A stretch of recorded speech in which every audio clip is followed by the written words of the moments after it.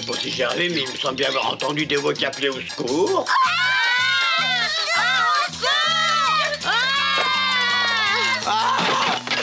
Mais qu'est-ce qui vous prend de faire des choses aussi dangereuses? C'est M. Alexandre qui nous a fabriqué ça.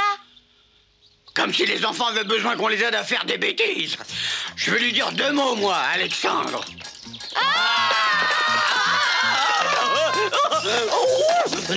Non, mais...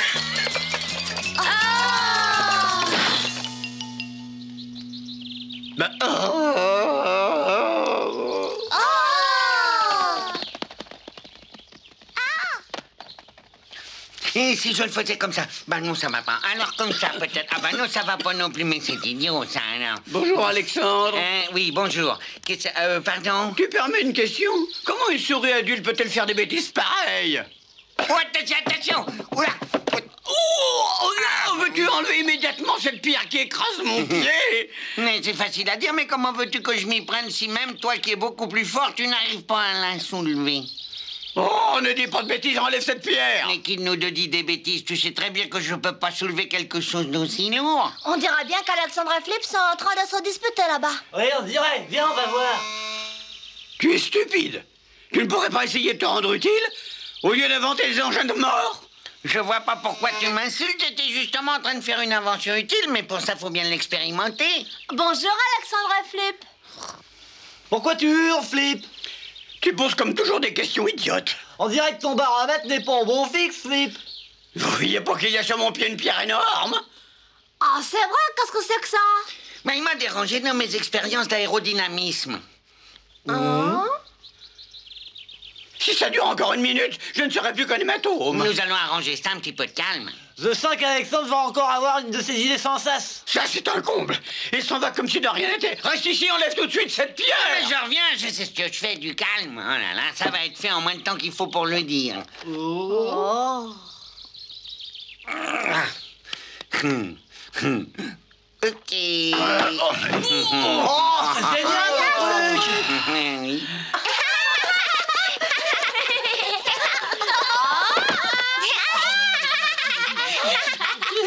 C'est dégoûtant. Ça suffit. Fini les bêtises. Rendez-moi tout de suite ce skateboard. Mais je croyais que tu l'avais fait pour nous. Tiens, J'en ai besoin pour un usage d'utilité générale et publique. débloque. Ça devrait être d'utilité générale et publique, qu'est-ce que c'est? C'est une invention formidable qui révolutionnera le monde entier. Marchez au pas et travaillez. Vous supportez l'extension sciée. Tu m'as dit que je devais faire quelque chose d'utile et ben c'est précisément ce que je suis en train de réaliser. C'est obéir et notre vie n'est qu'un marche. J'espère que je ne t'ai pas incité à faire une autre stupidité. 4, compagnie, halte! Bonjour, monsieur Alexandre. Sans doute n'êtes-vous pas au courant, mais ce jour sera marqué pour vous d'une pierre blanche, car je suis en ce moment en train de mettre au point une invention sensationnelle. Ah oui? Puis-je vous demander laquelle? Veuillez jeter un coup d'œil sur cet appareil que j'ai adapté spécialement à votre usage. Mettez-y vos chargements et vous les transporterez avec une facilité extrême. Alors, enfin, une invention d'une utilité qui ne se discute pas. Alors, vous avez entendu tous, fini de scoltiner les chargements, vous les posez là-dessus.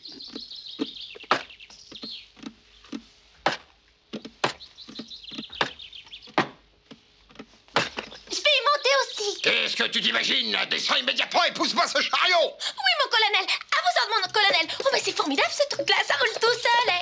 Qu'est-ce que vous en dites? C'est une invention prodigieuse. Vous parlez d'une invention prodigieuse! Arrêtez-moi ça! En plein dans les yeux, on a très l'impression de voler. C'est une véritable escroquerie, ce machin! On se donne un mal fou pour monter notre charge là-haut et la voilà à nouveau à son point de départ! Ah non, mais il y a dû y avoir une fausse manœuvre. Hein, j'ai tout de suite eu des doutes quant à cette invention. Ça n'est pas tout à fait au point, mais sûrement. Bien entendu, je le défends. Quoi qu'il fasse avec toi, c'est bien. Rejoignez le chargement au pas de course, allez en avant! C'est pour lui, c'est obéir et notre vie n'est qu'un martyr! À ton avis, que va-t-il faire Alexandre maintenant? Bon, j'en sais rien, je m'en Oh, moque. il va certainement chercher à améliorer son invention. Espérons malgré tout que ce fiasco calmera un peu ce vantard et qu'on sera enfin tranquille, hein. Tu ne penses qu'à manger et dormir. Alexandre, lui, travaille et cherche à se rendre utile. Il n'y a que ceux qui font rien qui ne se trompent pas. Tu prends toujours sa défense. Ton attitude est d'une partialité révoltante. Quand votre son intelligence est exceptionnellement vive, nous pourrions apprendre énormément à son contact si nous voulions l'écouter, Flip. Toi, en tout cas, on dirait que tu en as bien besoin.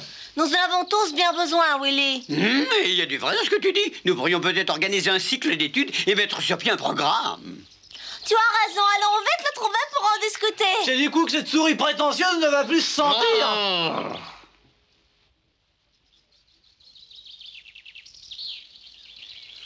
Sans fausse modestie, je ne crois pas être un bon pédagogue.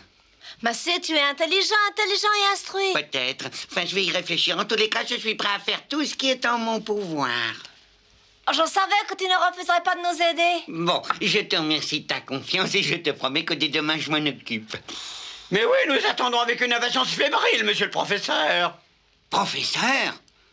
Mais pourquoi pas en effet, étant donné ma grande culture et mon extrême intelligence? Je vais mettre nos amis de la prairie au courant. Alors rendez-vous à la future école. De quoi se marrer? Une souris dans l'idéal consiste en un fromage pur et dégoulinant et brusquement promu professeur omniscient et intellectuel. Avec tous les insectes de la prairie au coquelicot. Écoutez bien tous. Demain matin débuteront au bord du sentier près du massif de Genève les cours du professeur Alexandre. Des cours de quoi? Ben oui, des cours de quoi? On peut toujours aller voir. Avis important à tous les insectes de la prairie au coquelicot. Vous avez une occasion unique d'acquérir gratuitement le savoir et la culture. Et ce, grâce aux cours que va nous donner notre ami le professeur Alexandre Legrand, docteur Estou. Le savoir, qu'est-ce que c'est que le savoir? J'en sais rien. Comment peut-on savoir ce que c'est que le savoir? Ne pas savoir ce que c'est que le savoir est un comble. Il est temps que quelqu'un vous l'apprenne. Je parie que tu sais pas ce que c'est que le savoir. Cette souris, pour qui se prend-elle? Elle ferait mieux de venir chez moi apprendre le plus noble des arts, la musique. Oh. Arrête, Clarence. C'est une occasion unique, Puck, qu'il sera absolument criminel de laisser passer. Ah, il n'en est pas question, je préfère rester auprès de ma Freda que j'aime et qui m'aime. Je ne voudrais pas te contredire, mais cependant j'ai l'impression que ça ne te ferait pas de mal d'apprendre certaines choses. Oui, sans doute. Tu n'as pas tort. Ça veut dire que tu viendras à Puck, n'est-ce pas? Nous viendrons tous les deux. Réservez-nous 2 places au premier rang. Oh, un peu plus en arrière serait plus prudent. Oh, oui. Ah, c'est incroyable. Maya Flip arrive à convaincre les autres qui sont ignorants et que ce sale type va tout leur apprendre.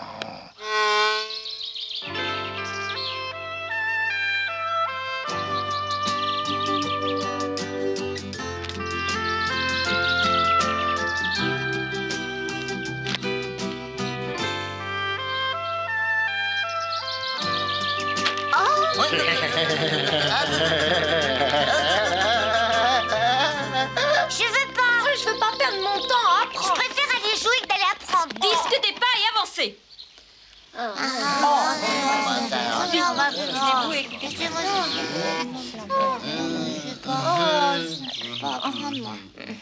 Voudriez-vous nous faire de la place pour rouler notre boule? Oh, ben il faut absolument que vous passiez par ici avec votre truc nauséabond. Enlevez cette plantante ici, s'il vous plaît. Là, papa, continuons notre chemin. Quand les adultes parlent, les enfants se taisent. Pourquoi? Il a raison. Ah!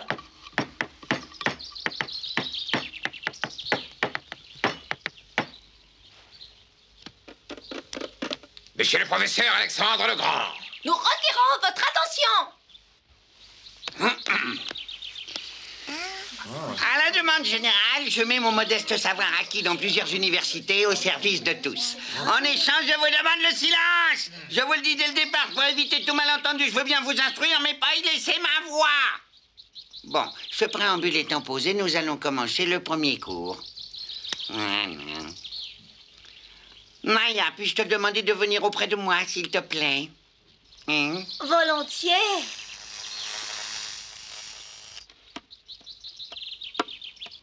Oh? Voici 2 fraises. J'en donne une à Maya. Je garde l'autre. Combien de fraises avons-nous maintenant l'un et l'autre? Je sais, 2. Les fraises, t'es pas fait pour calculer, c'est fait pour être mangé. Taisez-vous, insolent! Ces enfants me feront mourir de honte. Excusez-vous tout de suite. Excusez-nous, monsieur le professeur Alexandre. Oh, la réponse juste était une, Flip. Ah ouais? Ah, j'ai sûrement mal compris la question. Si Maya mangeait sa fraise, combien de fraises resterait-il en tout? Si manière m'en dit d'un vrai, dis ceci. Quoi? Bravo, tu calcules très rapidement. J'attends ta réponse. Si manière m'en dit d'un vrai, elle aurait mal au ventre. Mais je ne la mangerai pas, c'est un problème, il faut calculer. Silence! N'oubliez pas que nous sommes là pour apprendre. Ah oui, c'est vrai. Silence et ne recommencez pas! Ah oui, non. Si ça continue comme ça, je vais être obligé de sévir. Bon, vous voyez ces 3 feuilles, dites-moi à quoi elles vous font penser, hein? Aucune idée. Je connais la réponse, puis-je la lire? Et comment donc tu le dois même? On peut utiliser une feuille comme parapluie, l'autre comme couverture, et avec la 3e, c'est vanté. Comme c'est bien répondu, Puck, tu sais que je suis admirative. Sans doute ma vue est-elle un peu faible, mais dans ma tête, il y en a. Tant de sottises et d'ignorance sont désespérants. Puck, je ne sais pas ce qu'il y a dans ta tête, mais certainement pas une cervelle. Ça veut dire que ta réponse est inexacte. Toi-même qui est pourtant la plus futée de la bande n'a rien compris du tout. Tout d'abord, ces 3 feuilles se différencient par leur taille. Celles-ci varient bien entendu selon l'arbre dont elles proviennent. Un conifère a des feuilles en forme d'aiguille. Il n'en est pas de même des autres arbres qui ont des feuilles à nervures plates et larges. Bon, alors qu'est-ce que t'as à dire, toi? À mon goût, les 2 feuilles sont savoureuses. À présent, je voudrais vous parler de l'évolution des insectes à travers le temps, et pour ce faire, je dois remonter à la préhistoire. Tout être vivant a une longue lignée d'ancêtres, qu'il s'agisse de souris ou d'insectes. Ces ancêtres n'avaient pas le même aspect que les insectes d'aujourd'hui. Nous allons nous pencher un peu sur leur longue histoire. Ils sont tous réunis dans la salle des saucisses. Quand les ancêtres des insectes, je veux dire les ancêtres des insectes apparurent sur la Terre, ils n'avaient pas encore d'ailes. Ce n'est que beaucoup plus tard qu'ils ont pu voler. S'il est permis de dormir pendant le cours du professeur, je peux très bien y participer. Nous examinons en détail l'évolution de chaque espèce d'insecte qui peuple la prairie au coquelicot. Ça fera l'objet d'un prochain cours. Oh, moi, je comprends. Vous m'avez même pas écouté, bande de malappris. Pas si fort, monsieur le professeur. Il n'y a pas moyen de fermer un œil. Toi aussi, Flip. On s'en est trop puisqu'il en est ainsi. J'abandonne. C'est une véritable gifle pour moi. Réveille-toi, nous nous sommes endormis par hasard. Réveillez-vous, tout le monde, le cours n'est pas terminé. Non, j'ai compris. Moi, tout ce que je vous ai raconté ne vous intéressait pas du tout, alors continuez de dormir. Alexandre, attends un instant, ne t'en va pas tout de suite, je t'en prie. N'insiste pas, Maya, j'ai tout compris. Mais qu'est-ce que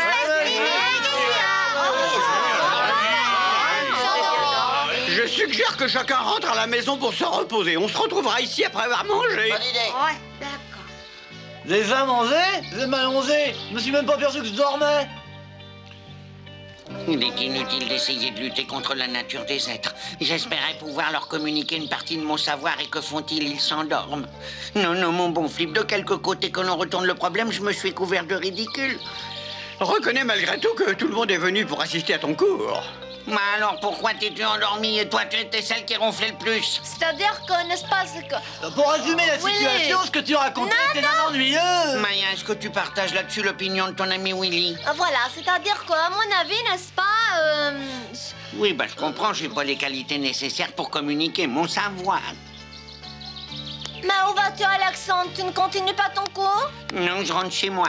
Je veux pas me dépenser en vain devant une assemblée de ronfleurs. Alexandre, tu as mal interprété. Nous avons tous envie de nous instruire. Si ton cours était un peu moins ennuyeux, tout le monde t'écouterait attentivement au lieu de ronfler. Faudrait trouver un sujet qui ait de l'intérêt, auquel tout le monde participe.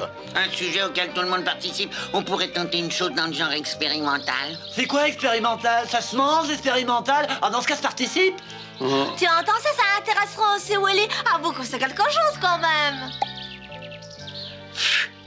Bon, je veux bien essayer encore une fois. Tu verras, ça va très bien marcher cette fois. Pas de blague, hein? Tu viendras, n'est-ce pas, Willy? Écoutez-moi tous attentivement. Le cours scientifico-historique du professeur Alexandre reprend. J'espère que ça sera pas pareil ce matin. Si c'est comme ça, on n'y retourne pas. Hein. Nous ferons comme tu voudras, tu sais bien, mon chéri. Ça va être encore un ennui. Rentrons plutôt, maman. Attendons de voir ce que les autres vont faire. Ne partez pas, surtout. Alexandre a promis de présenter un intéressant programme. C'est vrai, il va nous montrer des choses intéressantes, on veut bien rester. Puisque je vous le dis, tenez, même Willy avec qui il participe. Quoi, Willy va devenir professeur? Si Willy joue quelques-uns de ses tours, on va certainement s'amuser. Dites pas de bêtises, participe parce que je veux m'instruire, prenez pas toujours pour un clown. Oh! Vite, asseyez-vous tous, j'entends venir monsieur le professeur lui-même. Oh, le professeur. Le cours de cet après-midi sera consacré à quelques expérimentations. Tant mieux, j'espère que cette fois on va s'amuser. Nous allons d'abord voir ce qui se passe lorsque l'on jette un objet en l'air. Il va de soi que cet objet retombe, n'est-ce pas? C'est la conséquence de la gravitation de la Terre, appelée aussi la loi de la pesanteur. Continuez comme ça, monsieur le professeur, votre cours devient intéressant. Pour l'expérience suivante, nous utiliserons une liane. Maya, aurais-tu l'obligeance de l'enrouler autour de la branche là-haut? Hein? Avec plaisir, Don. C'est parfait. Flip ou Willy, voulez-vous aller tirer sur la liane de toutes vos forces?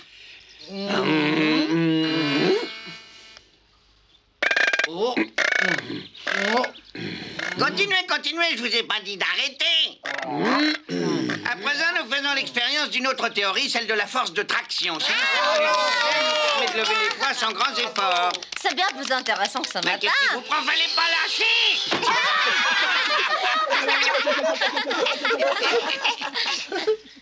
Merci. Alors passons à l'expérimentation suivante. Faites bien attention.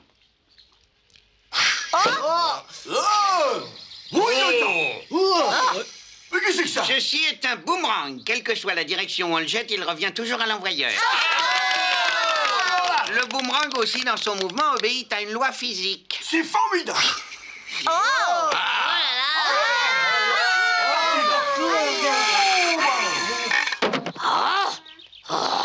Qu'est-ce que c'est que cette façon de venir chez moi sans y être invité? J'exige des excuses immédiates. Mais t'imagines pas que t'es... un peu espèce de voyou. Ainsi que vous pouvez le voir, il revient au point de départ. Vous allez cesser ces stupides plaisanteries? Qui est venu déchirer ma toile et repasser par le trou? C'est un boomerang, Tecla. On le lance et il revient toujours. Ça, je m'en suis aperçu. Il a déchiré ma toile 2 fois. Oh, j'en suis désolé, mais nous faisons une expérience très importante. Je savais bien que ces cours inutiles et stupides me causeraient des ennuis. Ils sont très intéressants, tu devrais venir y assister, Tecla. C'est vrai, tu sais, même moi je me suis pas endormi. Comme vous pouvez le voir, Madame Tecla, ceci est une lentille convexe. Cette lentille grossit les objets, elle s'appelle loupe. Si les rayons du soleil tombent dessus, ils se concentrent en un faisceau. Et cette concentration peut produire une très forte chaleur. Il y a une drôle d'odeur dans cet endroit. Ben oui, effectivement, il y a une odeur. Quand on dirige la lentille pendant assez longtemps sur un point, cette chaleur peut produire une flamme. C'est exact, il y a quelque chose en train de brûler, ça fume. N'interromps pas mon cours, s'il te plaît, Willy. En tous les cas, moi, je n'y suis pour rien et je m'en lave les mains. À en juger par la légère odeur de brûlé, mon expérience paraît avoir été concluante. Arrête, sinon tu vas mettre le feu pour de bon. Ah oui, ça sent le roussi, mais c'est la meilleure preuve que ce que j'affirme est juste. Rentrez chez vous. Je crois qu'entraîné par l'amour de la science, il se rend pas compte de ce qu'il Ce fait. n'est pas grave, il y a un feu, mais faites pas tant C'est d'histoires. sans juste par vos réactions l'affirmation selon laquelle mon cours est ennuyeux et dénué de tout fondement.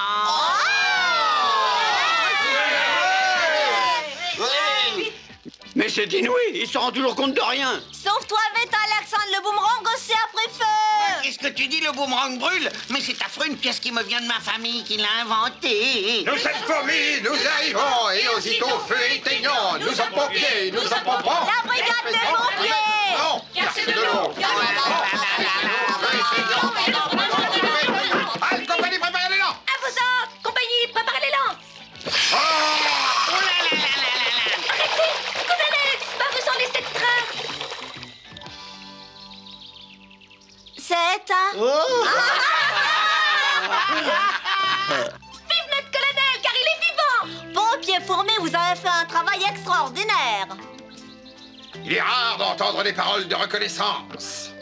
Oula. Ouf. C'est un atterrissage en catastrophe, ça. Toutes nos excuses, monsieur le professeur.